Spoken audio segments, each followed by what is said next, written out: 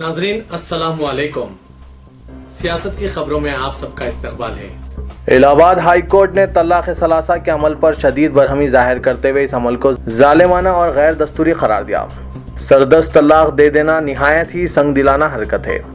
یہ عمل ہندوستان کو ایک قوم بننے سے روکتا ہے۔ ہندوستان میں مسلم قانون کا اطلاق ہو رہا ہے اور یہ شرعی قوانین حضرت پیغمبر اسلام صلی اللہ علیہ وسلم یا قرآن مجید کی تعلیمات کے عین جذبے کے مطابق ہے۔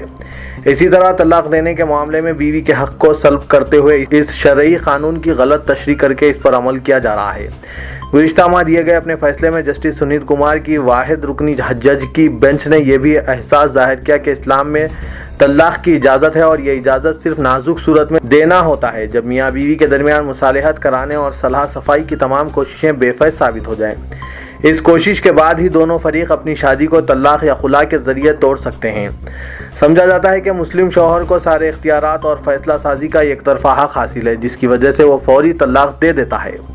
اس کے اس عمل میں شرعی اصول کو ملحوظ نہیں رکھا جاتا۔ یہ بھی غلط بات ذہن نشین کر لی گئی ہے کہ ایک مسلم شوہر کو قرآن کے قوانین کے تحت مکمل آزادی حاصل ہے، اس کو کوئی روک ٹوک نہیں ہے، لہٰذا وہ اپنی شادی کو ختم کر سکتا ہے۔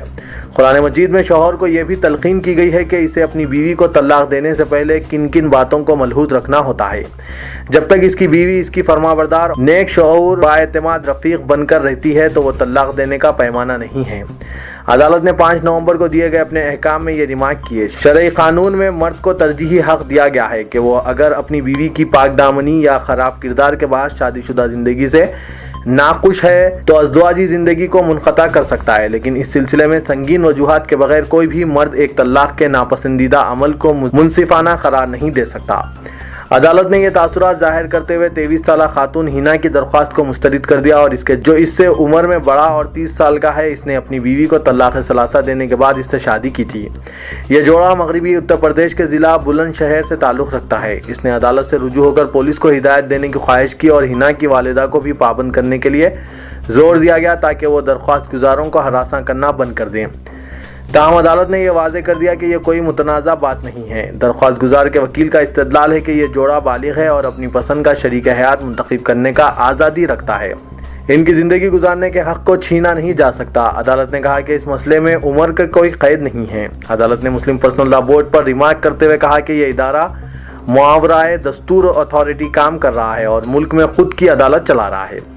اسی دوران طلاق ثلاثہ پر الہ آباد ہائی کورٹ کے تاثرات کا خیر مقدم کرتے ہوئے حکومت اور خواتین کے لا بورڈ نے کہا کہ الہ آباد ہائی کورٹ کا فیصلہ ایک قابل خیر مقدم قدم ہے۔ آل انڈیا مسلم پرسنل لا بورڈ نے ہائی کورٹ کے تاثرات کو مسترد کر دیا اور کہا کہ اس مسئلے پر قطعی فیصلہ سپریم کورٹ کرے گا۔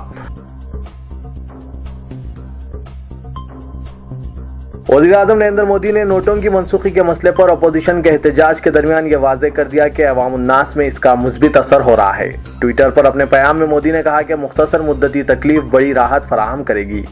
انہوں نے زور دے کر کہا کہ کسانوں، تاجروں اور مزدور طبقے کو حکومت کے اس فیصلے سے فائدہ حاصل ہوگا۔ اپنے ٹویٹر پیام میں سنجیدہ مکالمہ نگاری کرتے ہوئے مودی نے کرنسی منسوخی کے فوائد سے متعلق وضاحت کی اور کہا کہ اس ملک کو اب تاریخی موقع مل چکا ہے کہ وہ رقم کے بغیر اپنی سرگرمیوں کو فروغ دیں۔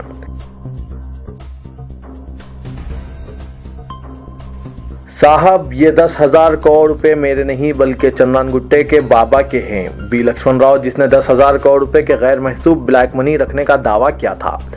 بتایا جاتا ہے کہ پولیس اور آئی ٹی کی تحقیقات ٹیم کے روبرو کسی چندران گٹے کے بابا کا نام لیا ہے۔ پولیس گہرائی میں پہنچ کر تحقیقات کر رہی ہے۔ بابا کی گرفتاری کے بعد ہی حقائق پر سے پردہ اٹھے گا کہ یہ ساری دولت اس کی ہے یا کسی گروپ کی ہے۔ غیر محسوب اثاثہ جات کا رضاکارانہ طور پر انکشاف کرنے والے گجرات کے مہیش شاہ کے بعد حیدرآباد کے بی لکشمن راؤ سارے ملک میں موضوع بحث بنے ہوئے ہیں۔ انکم ٹیکس عہدیداروں نے 2-3 دن تک لکشمن راؤ کے گھر اور دیگر مقامات پر دھاوا کرتے ہوئے ان کی آمدنی اور اثاثہ جات کی تحقیقات کی ہے اور کئی ڈاکومنٹس کو اپنی تحویل میں لے لیا ہے۔ تحقیقات میں یہ بات منظر عام پر آئی ہے کہ بی لکشمن راؤ کی سالانہ آمدنی 10 لاکھ سے کم اور اندرون 12 دن نقلی اسنادات کا استعمال کرتے ہوئے اس کو 4 کمپنیوں کا ڈائریکٹر بنا دیا گیا تھا۔ انکم ٹیکس کی تحقیقات میں بی لکشمن راؤ نے لمحے آخر تک انکشاف کردہ دولت کو اپنی ہی دولت قرار دے رہا تھا۔ تاہم انکم ٹیکس اور پولیس نے جب اپنے ڈھنگ سے تحقیقات کیا تو وہ حقائق کو تسلیم کر لیا کہ وہ اس کی دولت نہیں بلکہ یہ 10,000 کروڑ روپے کی غیر محسوب دولت اسمبلی حلقے چندران گٹے سے تعلق رکھنے والے بارکس بابا کی ہے۔ इनकम टैक्स और पुलिस को बाबा मतलूब है और इसको अपनी तहवील में लेने के लिए टीमें तश्कील देते हुए तलाशी मुहिम का आगाज कर दिया है। मौसूल ज़राए से पता चला है कि बाबा ने हवाले के कारोबार से खतीर रकम बैरून मुल्क में रवाना की है और ये सालों साल से चल रहा है।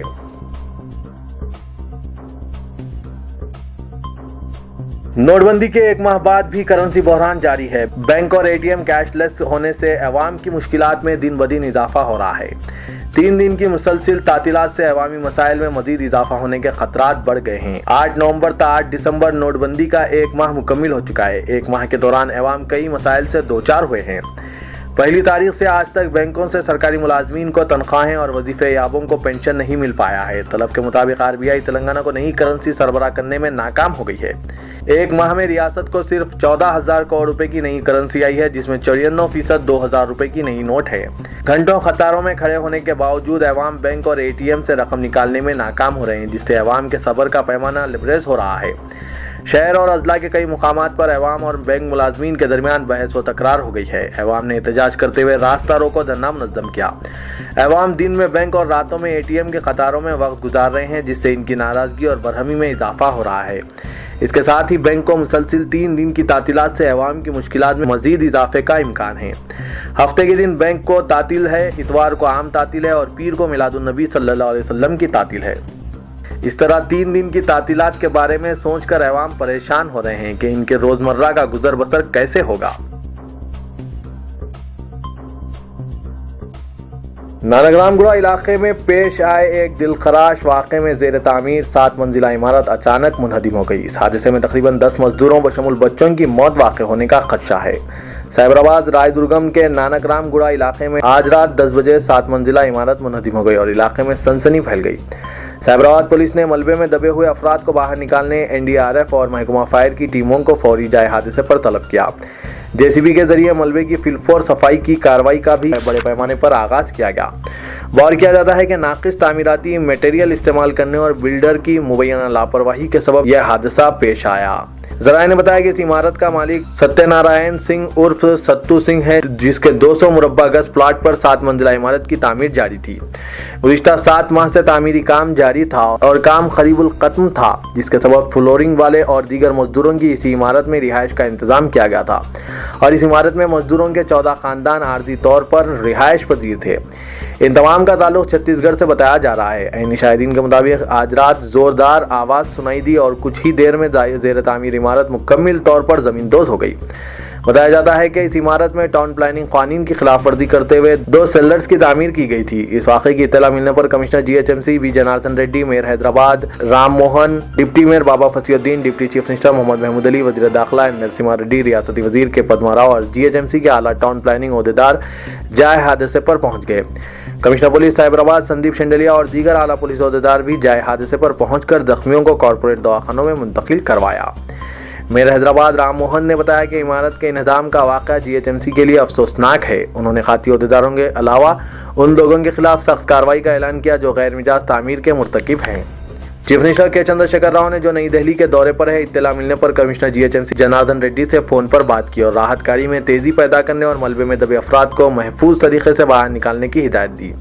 इस वाक़े के जिम्मेदार अफराद के खिलाफ सख्त कार्रवाई की भी हिदायत दी।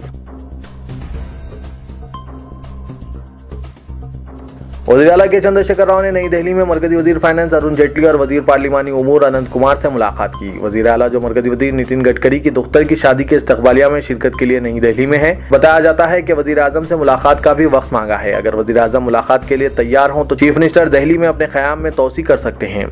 वज़ीर फाइनेंस अरुण जेटली से वज़ीर आला की मुलाकात को अगरचे पार्टी हल्कों में मामूल की मुलाकात और तेलंगाना के लिए ज़ायद फंड्स के हुसूल की मसाई से ताबीर किया जा रहा है। ताहम बावसूख ज़राए का कहना है कि अरुण जेटली से मुलाकात इंतहाई अहमियत की हामिल है।